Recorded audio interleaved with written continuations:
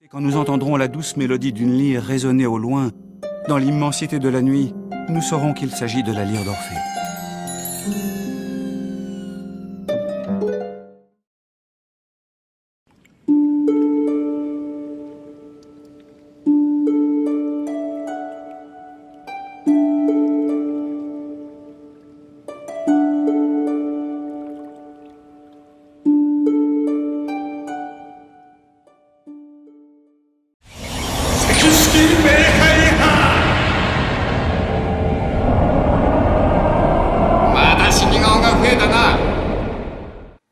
Salut tout le monde, c'est Orpheus, je vous souhaite la bienvenue sur ma chaîne YouTube pour une nouvelle review, la 14e, et qui aujourd'hui va être consacrée à la Miklos EX de Deathmask du Cancer en armure du surplis. Alors avant de commencer cette review, je vais tout d'abord faire un énorme remerciement à tous ceux qui me suivent sur ma chaîne YouTube, qui me suivent sur Facebook et qui like, partagent et mettent des commentaires sur mes différentes vidéos.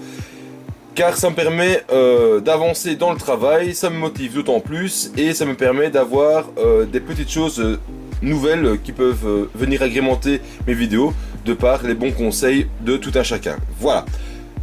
La parenthèse remerciement étant faite, je vous invite tout de suite à passer au packaging de cette figurine.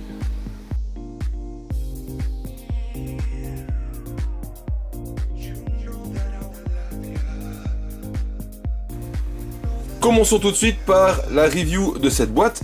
Alors, boîte format Miklos EX, donc carré. Édition donc surplis, donc violacé, avec en avant-plan donc ici Deathmask monté en armure du Cancer surplis, et ici en arrière-plan un gros plan du visage de Deathmask. Le fond est un fond représentant l'univers avec les étoiles, etc. Et nous avons en dessous ici donc la représentation de colonnes, de vestiges, de ruines de la Grèce antique, avec les inscriptions Senseiya Miklos EX. Ici nous avons affaire donc à le chapter Sanctuary, donc de la saga Hades. C'est une version HK, donc petit chat de la Toei ici sur fond argenté avec les écritures en anglais. Cette boîte est sortie en 2015 et est éditée et produite par Bandai et Tamashii Nation. Face avant classique, commune à celle de Saga en surplis et celle de Shura du Capricorne en surplis que vous avez pu voir récemment. Ensuite sur les tranches, première tranche ici donc on a Deathmask monté donc en armure avec une attaque, donc les cercles d'Hadès. L'autre tranche, nous avons ici le totem monté en armure, ouais, avec toujours le fond avec l'univers sur ton violacé et les ruines de la Grèce antique. Et ensuite sur la face arrière, nous avons ici donc Deathmask monté en armure, le totem monté en armure, les différents visages qu'on va retrouver dedans. Donc on a un visage neutre, on a un visage souriant, un visage hurlant et un visage avec on va dire les dents beaucoup plus prononcées, avec les dents serrées. Ici une petite pause d'attaque et toutes les écritures qui vont avec en japonais. Voilà. Sur la tranche du haut, sur l'ouverture du haut, on va retrouver quoi? Eh bien, les 12 maisons du zodiaque avec ici donc la statue d'Athéna, Deathmask du Cancer édition surplis, le signe du Cancer sur les quatre coins et ici donc cette petite pointe d'énergie, je vais appeler ça comme ça, qui est positionnée sur la maison du Cancer, qui représente donc la maison du Cancer et sa constellation. Voilà. En dessous, rien de très intéressant, que des écritures, voilà. Ceci clôture donc la présentation de la boîte et on va pouvoir passer maintenant au contenu des blisters.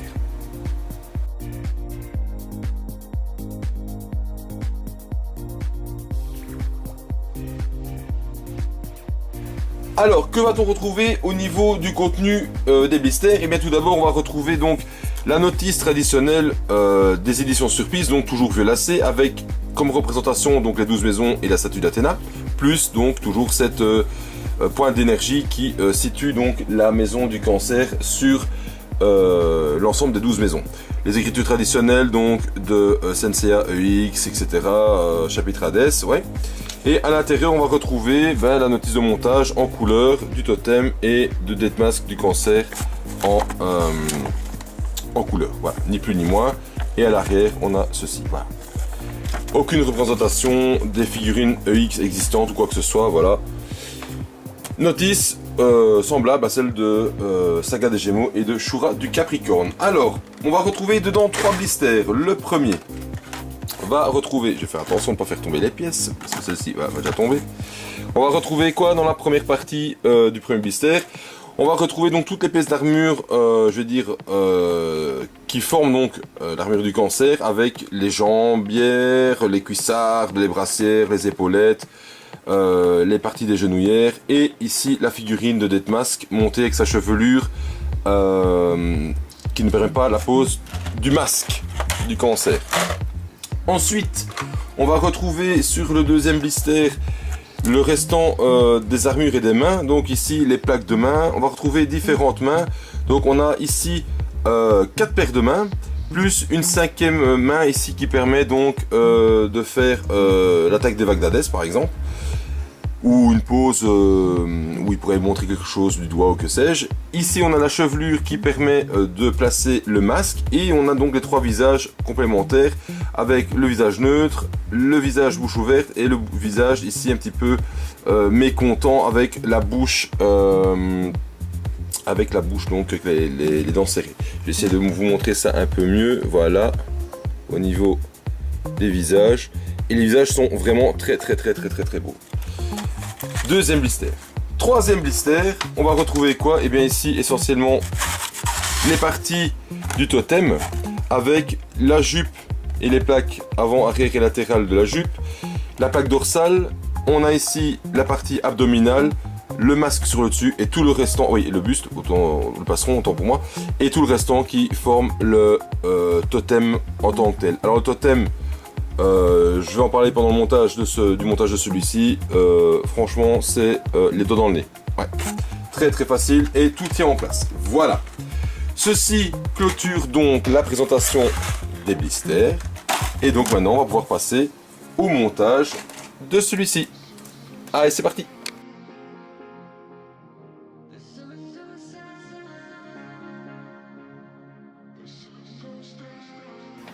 Commençons donc tout de suite le montage de cette figurine avec dans un premier temps le test de la rigidité de celle-ci. Alors au niveau du bras ici droit, pas de souci. Le bras gauche a l'articulation par contre de l'épaule un peu plus rigide. Celle-ci est un peu plus souple. Au niveau du restant ça va très bien. Les mains, pas de souci. C'est ni trop souple ni trop rigide, donc c'est juste parfait pour faire des poses. Le torse tourne bien, au niveau du poitrail ça bouge bien aussi, et au niveau des genoux ça se donne bien. Les jambes sont pas trop souples au niveau des hanches, par contre les pieds, ouais, c'est un peu plus rigide, mais bon, ça va. On a connu pire dans le montage de figurines. Alors, avant de commencer, je vais tout de suite enlever son visage. Voilà. Je ne sais pas encore quel visage je vais adopter pour adopter ou opter, non, peut-être plutôt opter qu'adopter pour le montage final. Je verrai bien en cours de montage ce que je vais faire, parce que voici que le visage avec la bouche ouverte. Allez, on va être original, on va prendre celui avec le visage avec la bouche ouverte comme ça. Voilà, hop, allez, viens par ici. Voilà, comme ça on va régler le problème tout de suite. Alors, figurine Death Mask du cancer, figurine que j'ai acquise il y a peu avec Shura du Capricorne à un très bon prix. J'ai acheté les deux en même temps. Un vendeur. Donc comme je l'ai déjà dit auparavant, donc c'est des figurines qui à la base je comptais pas les faire, et puis au final je suis tombé sur la superbe occasion d'acheter Saga des Gémeaux sur une brocante à un prix vraiment défiant toute concurrence, et du coup l'ayant acheté, je me suis dit allez, soyons fous, on va acheter les autres par après si on tombe dessus, sans que ça soit forcément pour autant une priorité absolue. Et au final je suis tombé dessus par le plus grand des hasards, et puis voilà quoi. Donc j'ai acheté, enfin le grand des hasards. J'avais passé, je pense, si j'ai bon souvenir, le mot à des personnes à qui j'achète des figurines. Et puis il vient un moment, ben voilà, je suis tombé sur la figurine. Hop. Et puis voilà, c'était très très bien. Très bonne occasion. Alors ici, j'ai donc fatalement projet maintenant de terminer la collection des surplis. Donc fatalement les prochaines qui vont sortir seront, décidément, celles de Camus et celles de Aphrodite. Et ici donc j'ai déjà réservé donc Camus en édition surplis à de mes revendeurs. Et voilà. Il doit arriver, je pense, courant novembre, quelque chose en ce genre. Voilà. Donc après il restera plus que Aphrodite à avoir. Et alors j'espère, mais vraiment j'espère, que Bandai nous sortira la version de Shion en version surplis. Shion qui fera l'objet d'une prochaine review, vu que je viens d'acquérir il y a peu donc Shion en version EX. Donc il faut le temps que la transaction se termine. Alors, voilà. Donc revenons un petit peu maintenant à nos moutons et parlons un petit peu de Deathmask en édition surplis. Alors Deathmask en édition surplis, au même titre qu'Aphrodite, passage très court. Apparaît au tout début avec leur cape où on voyait pas trop qui c'était, et puis ensuite se découvre avec donc Shion qui revient également que l'armure du bélier en surplis, et Deathmask donc et Aphrodite se retrouvent nez à nez avec Mu du bélier, et on ressort un combat qu'on va pas dire épique, étant donné que lui et Aphrodite se font atomiser, expédier par Mu. Donc voilà, combat qui n'est pas d'anthologie, personnage qui, je pense, est un peu brimé par la communauté Senseiya, je pense, en tout cas au niveau de Deathmask du cancer. À l'inverse de Manigoldo du cancer de la série Lost Canvas, qui lui par contre est un des personnages préférés, je pense, de ceux qui ont suivi la saga Lost Canvas, parce que pas du tout le même type de personnage. Deathmask du cancer est vraiment, on va dire, à la base dans la bataille des 12 maisons mauvais, on va vraiment dire ça, il a le fond mauvais. Après, oui, dans la saga Hades, il revient avec Aphrodite et Shion, non pas pour nous faire du mal à Athéna, ils sont là pour sauver de nouveau Athéna, mais bon, je pense que, étant donné que c'est un personnage qui, d'entrée de jeu, n'était pas très positif dans son attitude, je pense que dans l'histoire, c'est peut-être une des raisons pour laquelle son passage est assez éphémère au sein de la saga, parce qu'il revient en surplis. Voilà. Je pense. Après, voilà, c'est un peu dommage, parce que c'est vrai que c'est un personnage qu'on aurait pu peut-être travailler un peu plus, voilà, à ce niveau-là. Ici, par contre, j'ai du mal avec... Voilà. Ceci. Donc peut-être que c'est un personnage qu'on aurait peut-être pu travailler un peu plus, je sais pas, pour à ce niveau-là. Mais bon. Personnage qui se fait donc atomiser vitesse VV prime par Mu. Si j'ai bon souvenir, parce que j'ai pas revu les épisodes récemment, si j'ai bon souvenir, je pense que ça dure le temps d'un épisode. Je pense, le fait qu'il se fasse atomiser avec Aphrodite, donc voilà. Un peu dommage, un petit peu dommage. On aurait pu peaufiner donc le personnage et travailler un peu plus dessus, mais bon, voilà. On n'est pas non plus les créateurs de la série. Donc, Dead Mask du cancer. Alors, au niveau du montage, je vais revenir maintenant sur le montage du totem. Le montage du totem, il est super simple. Ouais. Il est pas trop complexe à faire, dans le sens où c'est vrai que le cancer et le scorpion, en manière générale, sont des totems qui sont un peu plus détaillés, vu qu'il y a des pattes en plus, etc. Ici, voilà, on n'a pas trop le problème. Tout est bien expliqué dans la notice, donc on monte facilement les différentes pièces d'armure, et donc bah, tout va l'un dans l'autre. Et ça tient très bien, j'ai vraiment eu aucun problème de fixation, tout va très bien, ça se monte très bien. C'est un peu comme ici, vous voyez, la vitesse avec laquelle je suis en train de le monter en vous parlant, bah, c'est que du bonheur, hein. Ça se monte super bien, il n'y a rien à redire là-dessus. Donc le totem, assez imposant quand même, hein, mine de rien, il a quand même, ouais, il a quand même de la gueule, assez imposant. Après, je suis quand même heureux qu'il n'existe pas toutes les figurines en version surplis, parce que sinon on n'aurait pas fini. Mais c'est vrai que, allez, le côté surplis donne quand même un gros cachet à l'armure. Alors autant qu'elles sont belles en or, elles sont belles aussi en version OCE, hein, que bah là en version surplis, enfin ça donne un cachet quand même tout à fait autre. Et les couleurs sont vraiment très belles, donc c'est pas mal, c'est pas mal, c'est pas mal. Et vous voyez, voilà, ici on arrive quasiment à la fin du montage de cette figurine, et vous voyez qu'il n'y a rien qui cloche, tout va simplement et aisément. Alors, hop, on va faire ça le temps que je remonte la partie de son masque qui est en deux parties. Alors ça, c'est quelque chose, ouais, qui me jamais compris.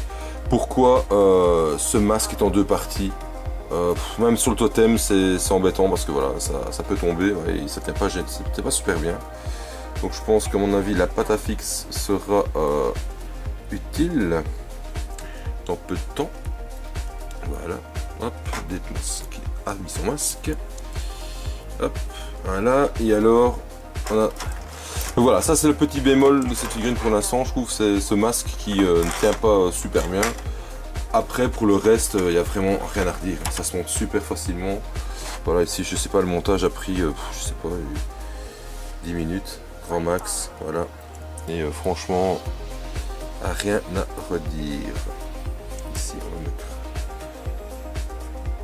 les griffes arrière, voilà, hop.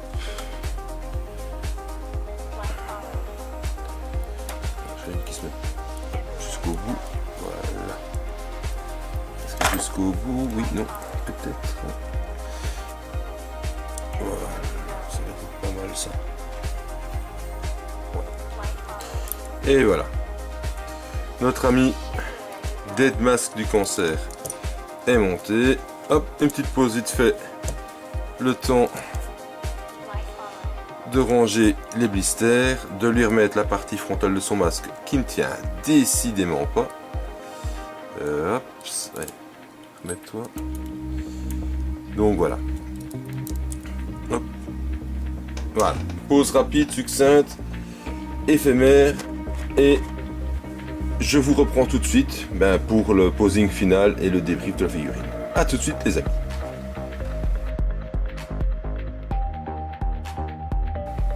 Voilà, on se retrouve pour la pause finale et le petit débrief de cette review. Alors bon, ça va être assez rapide, hein, comme débrief, pas grand chose à dire, si ce n'est que comme les autres figurines surplis de Saga ou de Shura, elle est juste magnifique, hein, la bicolorimétrie entre le mauve et le noir qu'on retrouve donc sur le personnage est juste parfaitement homogène et bien proportionné, donc c'est vraiment très très beau à ce niveau-là. Au niveau du montage, rien à redire, ça se monte tout seul, vous l'avez vu pendant le montage. D'ailleurs, le montage j'ai tellement été vite que j'avais même oublié de mettre les plaques de main, chose qui a été corrigée parce que j'en suis rendu compte pendant le posing. Il n'y a vraiment rien à redire, franchement, c'est super agréable à monter, c'est super facile à monter, tout tient, rien ne tombe, et la figurine est rigide comme il faut pour pouvoir faire un posing et lui donner une pose facile, voilà.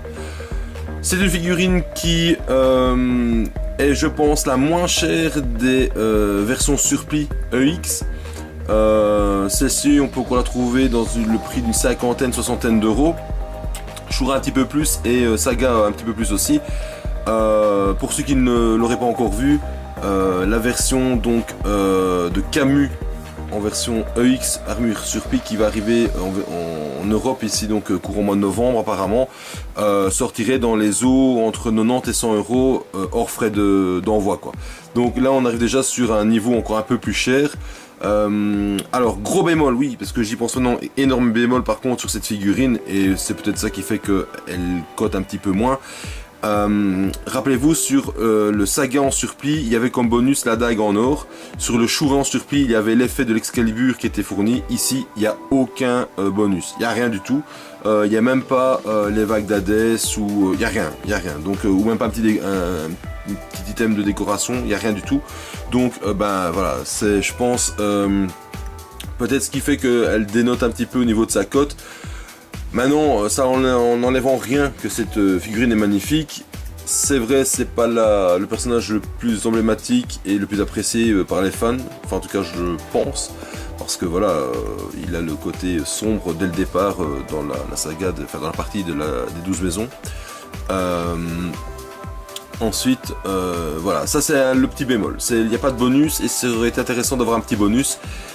Ici le Camus qui va arriver a en bonus les 3 visages, donc celui de Camus, Shura et Saga avec les larmes de sang. C'est un bonus qui vaudra aussi ce qu'il vaudra, mais qui pour des dioramas peut être super intéressant. Ici on n'a rien du tout. Ça aurait peut-être été sympa que lui par exemple et Aphrodite quand le personnage sortira en version EX, bah, on aurait pu fournir la cape qui va avec. Vu qu'au départ c'est lui quand même qui arrive avec Aphrodite et Sion avec leur cape où on voit pas trop leur visage, bah, ça aurait été pas mal peut-être de mettre en bonus la cape, mais non voilà, il n'y a pas de bonus du tout avec et là je trouve que Bandai voilà, pas génial, d'accord. Alors est-ce que cette figurine-ci est sortie en première par rapport aux deux autres, j'en ai aucune idée, j'ai pas été vérifié, faut dire. Maintenant, voilà quoi, ça aurait été un petit peu sympa d'avoir un petit bonus en plus, voilà, ça aurait été cool. Voilà, rien de plus à redire sur cette figurine, elle est superbe, elle va rejoindre ses 2 homologues dans la vitrine. En attendant qu'arrive à leur côté Camus en Surplis, donc pour le courant du mois de novembre. Aphrodite, j'ai aucune date de sortie pour Aphrodite. Et ensuite, une fois que les 5 seront réunis, j'espère vraiment que Bandai sortira Sion en Surplis, mais j'espère aussi que Bandai ne va pas tomber dans le travers, enfin Tamashii Bandai ne va pas tomber dans le travers de continuer à augmenter les prix, parce que voilà, ils ne sont pas non plus des figurines qui sont je veux dire, super rares à trouver ou des personnages vraiment hyper emblématiques. Enfin oui, c'est des personnages de Sensei, ils sont tous charismatiques, emblématiques pour la plupart. Mais ça justifie quand même pas la cote quoi. À un moment donné ça devient une usine à argent et ça dénature un petit peu le côté collection de la figurine.